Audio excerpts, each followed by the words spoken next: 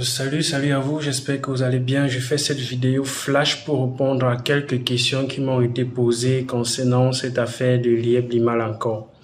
Donc, j'ai déjà dit, je ne vais pas faire de vidéo particulière pour redire ce que j'ai déjà dit concernant cette entreprise. Concernant le business model derrière, j'ai déjà fait des analyses sur la chaîne et je vais encore mettre le lien en description de cette vidéo.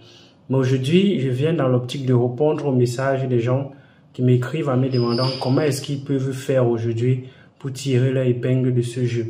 Je vais apporter deux solutions. La première solution sera pour des personnes qui sont dans le système aujourd'hui. La deuxième solution sera pour cette entreprise elle-même, si derrière elle veut vraiment résoudre un certain problème dont les gens sont en train de se plaindre dans cet écosystème-là. Donc, pour ceux qui ont déjà la crypto-monnaie, il faut déjà comprendre un certain nombre de choses concernant le fonctionnement de l'offre et de la demande. Quand on ne comprend pas le fonctionnement de l'offre et de la demande, on peut justement passer à côté d'un bon nombre de choses. Comprenez déjà que le système actuel vous permet de libérer une bonne quantité de crypto-monnaies chaque mois sous forme de paiement en se disant, OK, voici la nouvelle façon de vous payer, telle qu'on a encore dit dans la vidéo qui est sortie l'autre jour et qu'il a intervenu sur la chaîne.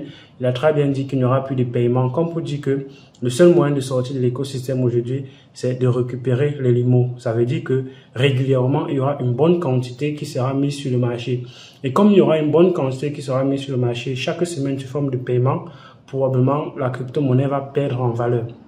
Donc du coup, quelqu'un peut se dire, vu que chaque semaine, il y aura de grandes quantités qui vont arriver sur le marché, je peux donc prendre ce que j'ai maintenant, je revends dans l'optique de racheter, donc je vends comme un stablecoin, dans l'optique de racheter peut-être plus bas la semaine prochaine quand le prix va encore baisser, parce que c'est évident, avec plein de personnes qui vont vouloir réclamer vouloir réclamer leur dû, vouloir prendre leur argent du système, quand ils vont recevoir les limos, ils auront une seule option qui sera de vendre. Et on est un peu en train d'entrer dans une course à qui vend le premier. Parce que plus tu attends, plus il y aura des limos en circulation. Et plus il y a des limos en circulation, et plus la valeur va donc baisser s'il n'y a pas derrière un mécanisme d'utilisation qui va créer la demande qui sera qui va peut-être combler l'offre qui est faite. Donc ça, c'est la première solution pour ceux qui sont dans le système. Est-ce qu'il faut forcément vendre cette semaine, acheter la semaine prochaine qui sera un peu plus bas, ou bien parce que tu vas peut-être encore avoir les bénéfices de la semaine prochaine? Je sais pas trop.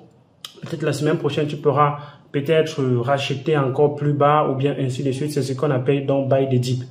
Mais il faudrait bien se poser la question, pourquoi est-ce que j'achète plus bas? Est-ce que c'est quelque chose qui a encore du potentiel? Parce que si on achète plus bas et que ça n'a plus de potentiel, ça ira encore plus bas et on sera donc en train d'entrer dans quelque chose qui est en train d'entrer à la gare, par exemple.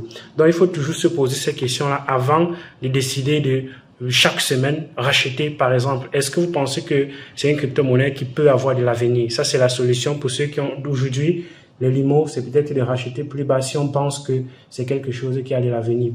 Mais forcément, il faut suivre le marché parce que ça va baisser à force avec la forte offre qu'il y aura. Maintenant, pour l'entreprise qui derrière explique qu'elle ne peut pas payer parce qu'il y a des ruptures de partenariat avec les moyens de paiement qui existent, un bon nombre de choses et que c'est ça qui fait en sorte que l'entreprise ne peut pas payer. Comment est-ce que l'entreprise peut aujourd'hui contrecarrer ce problème et régler une fois définitivement ce problème? J'ai expliqué tantôt dans la première partie que cette offre qui est assez élevée va plomber le prix de la crypto-monnaie. Ça, c'est évident. La deuxième chose que l'entreprise peut donc faire pour contrecarrer cela, c'est d'injecter de la liquidité massivement à chaque fois qu'elle émet donc les tokens. Je dis, par exemple, on émet 1 million de tokens cette semaine. L'entreprise peut derrière sur le marché racheter 1 million. Ça veut dire que l'entreprise injecte de l'argent sur le marché pour 1 million qu'elle est en train d'émettre. Ça va permettre déjà aux gens qui sont dans le marché de pouvoir revoir la valeur remonter et les gens qui sont en train de sortir de pouvoir avoir la liquidité pour pouvoir revendre derrière, sachant que chaque semaine, il y aura peut-être une prise de valeur parce que l'entreprise pourra donc utiliser ce moyen pour injecter cet argent qu'elle dit ne pas pouvoir donner aux investisseurs parce qu'il y a des moyens de paiement qui ne sont plus d'actualité. Si ces moyens ne sont plus d'actualité et que le problème ce sont les moyens de paiement, alors voilà une stratégie que l'entreprise peut utiliser pour essayer de redistribuer l'argent à ceux qui ont aujourd'hui les limocoins. Donc, de racheter chaque semaine une bonne quantité pour réduire la circulation et ça va pousser certaines personnes à conserver parce que derrière, le token pourra prendre de la valeur. Par exemple, mais ça permet à l'entreprise de chaque fois injecter l'argent sur le marché qu'elle devrait normalement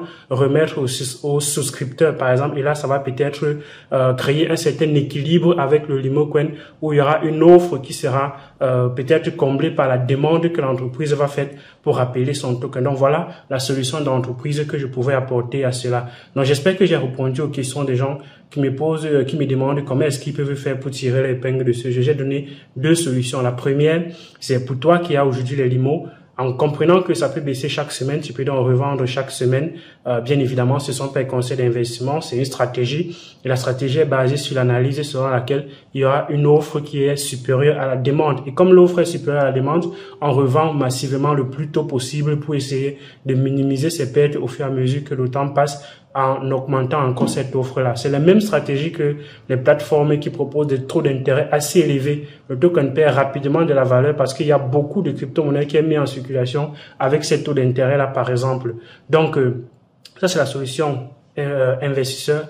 La solution entreprise, c'est de buyback. Ce sont des technologies, des moyens qui ont déjà fait leur preuve dans plein de systèmes. Le buyback, c'est un mécanisme qui fonctionne très bien et que les entreprises utilisent aujourd'hui pour donner de la valeur à leur propre crypto-monnaie. Donc, c'était Elvis Konjo. Like la vidéo, partage la vidéo et on se revoit très prochainement d'autres vidéos sur la chaîne. À très bientôt. Ciao.